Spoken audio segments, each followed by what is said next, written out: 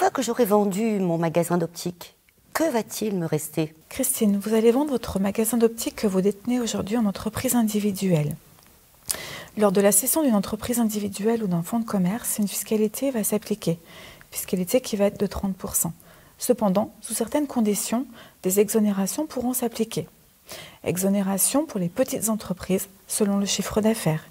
Exonération également selon la valeur de l'entreprise. Valorisation qui pourra être comprise entre 300 et 500 000 et vous aurez donc une exonération qui pourra être totale ou partielle.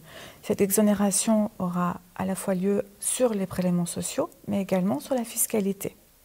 Dans le cadre du départ à la retraite, si vous partez dans les 24 mois qui précèdent ou qui suivent la vente de votre entreprise, vous pourrez également bénéficier d'une exonération. Si vous détenez des biens immobiliers inscrits à l'actif de votre bilan, ceux-ci pourront également bénéficier de certaines exonérations en fonction notamment de leur durée de détention. Dans votre situation, vous allez vendre un bien d'une valeur de 300 000 €. A priori, vous devriez bénéficier de certaines exonérations, sous réserve bien entendu qu'elles soient validées en amont par un professionnel. Et en ce qui concerne ma société, une fois toute l'opération réalisée, sur quoi je vais pouvoir compter pour vivre et mener mon projet de vie future? Le magasin d'optique que vous détenez en nom propre relève des plus-values professionnelles que Nathalie vient de vous expliquer. En revanche, la société, puisqu'on parle de fiscalité à l'IS, relève des plus-values privées.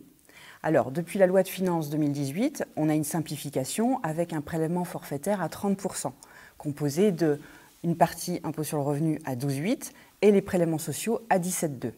Mais vous avez encore deux autres possibilités. Vous avez le régime départ à la retraite et un régime d'abattement pour durée de détention. En ce qui concerne le régime de départ à la retraite, sous réserve évidemment de respecter un certain nombre de conditions, notamment de partir à la retraite dans les 24 mois, vous permet de bénéficier d'un abattement de 500 000 € sur la plus-value.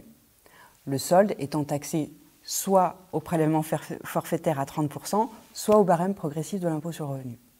En ce qui concerne le régime des abattements pour durée de détention, vous, par exemple, vous avez créé votre entreprise il y a plus de 8 ans, vous pourriez donc bénéficier d'un abattement de 85% sur la plus-value.